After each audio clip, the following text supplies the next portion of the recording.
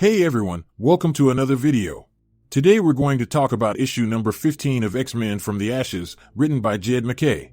But before we dive into the story, I want to ask you a favor. If you enjoy this video, please leave a like and a comment to help the channel grow. So with that said, this issue opened 13 years and 7 months ago, with a woman saying, "Thought I was going to have twins. What happened to the other one?" To which the doctor said, "This happens, Miss Cobb, don't worry. Many pregnancies begin as twins, especially as early on as we did in your previous scan. Resorption isn't uncommon, nor is one embryo absorbing the other. Like I said, it's nothing to worry about. The remaining embryo appears perfectly healthy, so let's make sure it stays that way." To that, Miss Cobb said, "Okay, as long as nothing goes wrong. I know it's early on, I know things can happen, but this kid is all that matters now." So with that backstory given, we then fast forward to the current day, with Piper coming through it as Temper narrates that she isn't going to let anything happen to her. So as tentacles rushed out of her, Temper asked what she was doing. To which, the twin within Piper stated, "I have been trapped for 13 years in the body of a sister who took everything from me. In a house with a mother who would hate me. Goodbye Piper, now I am free." And at that moment, once Piper's sister left her, Piper was back to normal and completely clueless about what was going on and where she was. To that, Temper promised to keep her safe as Piper's sister continues to say from her new body, "Of course you will, everyone has always been so concerned for Piper Cobb. Piper Cobb, who has a body, who has a life, who has a name. I've left her body to make my own. Just like I'm going to make my own life.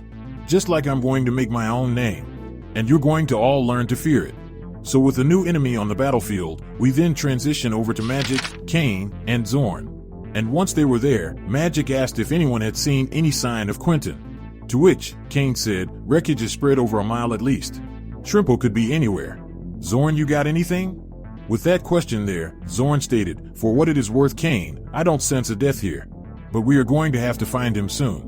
Unless I'm mistaken, there's a storm coming in." So with that impending threat on the way, Magic went on to say, "Listen up creeps, I don't have time for formalities. This is an offer of minionship, short term. Task, search and rescue. Payment in advance, blood." So as Magic dropped her blood on the snow, Kane asked what she was doing, to which, Magic stated, "Outsourcing." And at that moment, several demons appeared around her, as Magic ordered them to find her the witch breed Quinton choir. And after they took their taste of blood, Magic received a message from Temper saying, "I've got Piper, but we've got a bigger problem." And that was the arrival of Piper's sister ripping through the forest behind her. So with this new development, Cyclops said, "Damn it, Jen, I need you to do a flyby and assess the situation." And to that, Jen answered by saying, "I'm not an X-Man, I can't fight." Now this is true, so Scott replies by saying, "I'm not asking you to.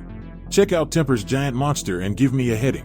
We need to know if it's moving toward the town or the factory. I know you're not rated for combat. But with Quinton down, our tactical capacity's been hamstrung. We're under attack and I need data." So as Scott continued to issue orders, Beast stood near Psylocke and said, "She's not ready for this kind of thing, he's pushing her." But unfortunately, Psylocke didn't agree with Beast, because she believed that she needed a little push.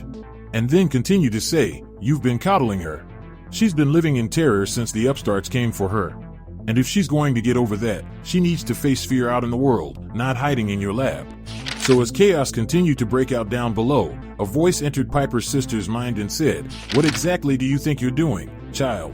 Speak in your mind, not aloud." To which, Piper's sister replied by saying, "I spent 13 years trapped in her body. So I thought I'd trap her in my splendid new one. Not that she'd survive as long as I did." Following that statement, the voice in Piper's sister's mind went on to say, "Join me for a moment, if you would. In a place where we can speak." And at that moment, Piper's sister appeared in a mental meeting room. And once there, she said, "What? Where am I? I won't be trapped again." But that's when the voice that pulled her in there stated, "This is a psychic meeting room. A place where we can speak at the speed of thought, while no time at all passes in the real world. Look at you, my dear little biokinetic. You don't even have a self-image. You don't even have an idea of what you look like." And to that, Piper's sister shouted, "You don't know what it's like." To which the voice who pulled her into this world revealed herself to be Cassandra Nova and said, "On the contrary, child, I know exactly what it is like. To have everything taken from you. To be left without a body or a name you did not take for yourself. And now your sister and her X-Men are playing you for a fool. They're laughing at you." And to that, Piper's sister asked what she was talking about. To which, Nova continued to say, They're leading you by the nose, keeping you away from their precious little town. You are a mutant. You are powerful and beautiful and beyond all of the sapiens who made their living building machines to murder you. And I think it's time you showed them all that. So with Nova interfering, Piper's sister suddenly turned around and started to walk away. And just as it changed direction, Temper and Jen both reported to Cyclops on the new development. For the monster was now heading towards the town the X-Men swore to protect. With this new threat, we then jump over to Magic asking Cyclops what was their new plan because they still haven't found Quinton yet. But before Cyclops could answer, Zorn went on to say, Ileana, you and Kane go, you've already set your imps to the task. I'll keep searching for Quinton. I can cover more ground alone. Just tell Scott that I'll be out of comms, the walkies don't like the black hole in my head. So with that out there, Cyclops went on to say, Magic, Kane teleport to the Akenti crash site and pursue an intercept course. Jen evac Piper Cobb. Temper, keep eyes on the hostile, but do not engage without support. Psylocke and I are en route via Chainjet. Now with everyone on alert, Max stated, I think it is time we prepared my prosthetic. So with that order issued, Beast started to prepare it as Magic teleported in with Kane. And once there, Temper informed them by saying, Piper wasn't a mutant, her twin was a parasitic twin, dormant in her body until X-gene activation woke her up. She has some kind of meat powers. With that data, Beast went on to say, biokinesis, flesh manipulation. We've seen it before, according to our records. Lionel Jeffries, Kenji Wado.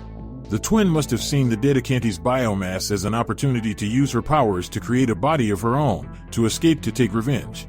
Now with all members on the same page about the age of the monster, Psylocke came flying in hot and told Jen that she is correct.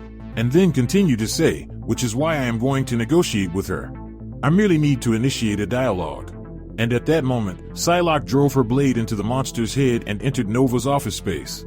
And once inside, Psylocke said, Child, I know you are angry. I know you are afraid, but hurting people will not change that. I know that more than anyone. Please talk to me. And that's when Nova said, oh, she has nothing to say to you, Queen of Killers. This little one is such a promising young mutant. It simply wouldn't do to have you putting your bloodstained fingerprints all over her psyche, would it? Her mind is under my protection.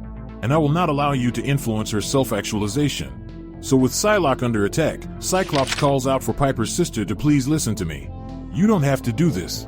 You're a mutant, you're a mutant, you're one of us. We can help you, it's what we do. Give you a home for as long as you need one. But no matter how much they tried, Nova just kept whispering in Piper's sister's ear that they were lying. Following that, Magic appeared before it and distracted it enough for Kane to come out of nowhere and rip through the creature. With that attack delivered, Wire just continued to watch on from a distance and reported to 3K saying, the X-Men have engaged the new recruit. To which the other member of 3K said, have they stopped her? Now to this question, Wire answered with a no, unless they start the field test now. So with that stated, a member of 3K followed up with, you trained them, can we expect a better performance than we saw in Santo Marco? With a laugh on his face, Wire replied with, Santo Marco was a long time ago chairman. My team is champing at the bit and ready to go. You give the engage order, and they'll do you proud. My team learned their name. So as 3K moved to act, the monster let out a cry and asked if they thought they could stop it. Which Psylocke replied with, she has total control over her biological structure, and she just healed herself. So with chaos breaking loose, out of nowhere a portal opened, and on the last page, we see a new X-Men arriving on the scene. And let's just say, things are about to get good. Now down in the comment section below let me know your thoughts about this issue and what predictions you could have moving forward. So with that established, I hope you enjoyed this video and please don't forget to leave a like and a comment if you want to see more videos like this. Thank you for watching.